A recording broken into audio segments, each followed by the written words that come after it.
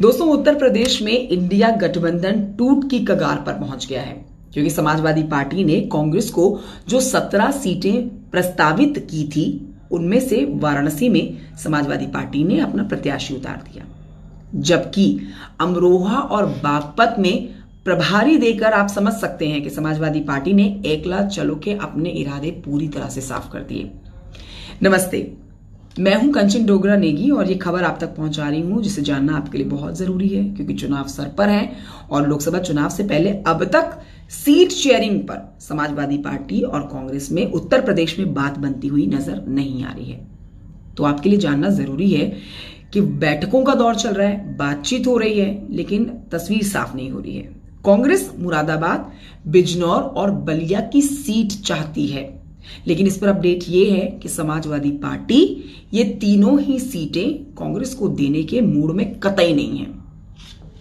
समझिए अब इस बात को कि समाजवादी पार्टी अध्यक्ष अखिलेश यादव ने राहुल गांधी की भारत जोड़ो न्याय यात्रा का निमंत्रण तो स्वीकार किया, पर अपनी घोषणा के अनुसार रायबरेली या फिर अमेठी में इस यात्रा में वो शामिल नहीं हो पाए।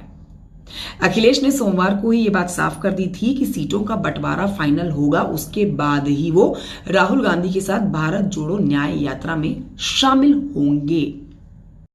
इसके साथ ही आपको यह भी बता देते हैं कि उन 17 सीटों की सूची भी कांग्रेस नेतृत्व को भेज दी गई थी, जो सीटें समाजवादी पार्टी बकौल समाजवादी पार्टी कांग्रेस ने मांगी थी। अब ये राजनीतिक समीकरण जो है वो समझ से थोड़ा परे है उत्तर प्रदेश में कांग्रेस और समाजवादी पार्टी का, क्योंकि यहां पर जो सोर्सेस चीजें बता रहे हैं ना, वो मैं आप तक पहुंचा रही हूं। समाजवादी पार्टी के नेतृत्व में बातचीत जो हुई, उसके मुताबिक दिल्ली के कांग्रेस नेताओं को यह संदेश भिजवा दिया गया कि समाजवादी पार्टी जो सीटें देनी है वो दे चुकी है आपको, अब फैसला कांग्रेस का है, गठबंधन करना है या फिर नहीं, ये समाजवादी पार्टी ने साफ कर दिया है। अब इस पर लगातार बैठकें हो रही है, बातचीत हो रही है कांग्रेस की ओर से। इसके अब सिवाय कोई और जवाब भी उनकी तरफ से सामने नहीं आ पा रहा है कि हमारी बातचीत जारी है। जब मीडिया कांग्रेस से सवाल पूछती है कि हमारी बातचीत चल रही है समाजवादी पार्टी से, और समाजवादी पार्टी ने अपनी 5 प्रत्याशियों की तीसरी सूची जारी कर दी है, जिसमें वाराणसी भी शामिल है, तो ये कांग्रेस के लिए हैरान करने वाली बात है। आमतौर पर समाजवादी पार्टी जिन नेताओं को लोकसभा क्षेत्र प्रभारी नामित करती है, उन्हें बाद में अपना प्रत्याशी भी घोषित कर देती है।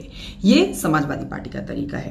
अब आपको यह भी बताएं कि अमरोहा और बागपत जैसी सीटें कांग्रेस के लिए प्रस्तावित की गई थी, लेकिन समाजवादी पार्टी ने बागपत में अपने पूर्व जिलाध्यक्ष लेकिन देखिए समाजवादी पार्टी ने बागपत में अपने पूर्व जिलाध्यक्ष मनोज चौधरी को प्रभारी नामित कर दिया। ये एक और बड़ा ट्विस्ट आप कह सकते हैं उत्तर प्रदेश के अंदर। समाजवादी पार्टी ने अपने 5 लोकसभा प्रत्याशियों की तीसरी सूची जारी कर दी। बदायूं से पूर्व सांसद धर्मेंद्र यादव की जगह अब पूर्व कैबिनेट मंत्री शिवपाल सिंह यादव को चुनावी मैदान में उतारा गया है। एक बड़ा दांव समाजवादी पार्टी का इसे कहेंगे आप। कांग्रेस को दी वाराणसी सीट पर भी समाजवादी पार्टी ने पूर्व मंत्री सुरेंद्र सिंह पटेल को टिकट दे दिया है। हंसी आ रही है मुझे, क्योंकि ये समीकरण समझ से परे हैं। कहा कुछ जा रहा है और होता हुआ कुछ नजर आ रहा है। बड़ा ही दिलचस्प हो गया है उत्तर प्रदेश का ये सियासी खेल। और समझिए इस बात को बारीकी से कि पूर्व सांसद सलीम शेरवानी के राष्ट्रीय महासचिव के पद से इस्तीफा देने के बाद समाजवादी पार्टी ने बदायूं में अपनी रणनीति को बदलते हुए अनुभवी नेता शिवपाल सिंह यादव को उम्मीदवार बनाया। और बड़ी बात यह है कि पूर्व कैबिनेट मंत्री स्वामी प्रसाद मौर्य ने समाजवादी पार्टी और विधान परिषद की सदस्यता से इस्तीफा दे दिया है। 22 फरवरी को दिल्ली में नई पार्टी का गठन करेंगे। उन्होंने इंडिया गठबंधन में ही बने रहने का ऐलान किया है। इस्तीफे के बाद प्रेस कॉन्फ्रेंस की और अपनी बात बताई और समाजवादी पार्टी पे खूब सवाल लगाए। अब अगर आप पूरे सिनेरियो को समझते हैं तो ये तस्वीर अब तक साफ नहीं हो पा रही है कि आखिरकार उत्तर प्रदेश में चल क्या रहा है।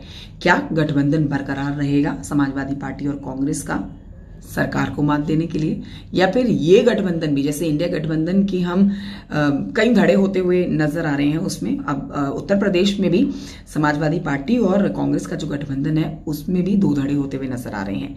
अलग अलग दिशाओं में जाती हुई दोनों पार्टियां नजर आ रही हैं। तो अब देखना बहुत दिलचस्प हो जाएगा दोस्तों कि आखिरकार 2024 लोकसभा चुनाव में होता क्या है। उत्तर प्रदेश की 80 सीटें हैं जिस पर बीजेपी का दावा है 80 की 80 सीटें जीतने का, लेकिन अब इस दावे को फेल करने की जिम्मेदारी विपक्ष पर है। इसमें बड़ी पार्टी सबसे जो है समाजवादी पार्टी है, कांग्रेस भी है। दोनों साथ में रहती हैं या इनकी दिशाएं, इनकी इच्छाएं अलग हो जाती है, ये देखना बहुत ज़रूरी हो जाता है। बहरहाल ये वीडियो कैसा लगा आपको, ये जानकारी कैसी लगी आपको, कमेंट करके मुझे ज़रूर बताएं।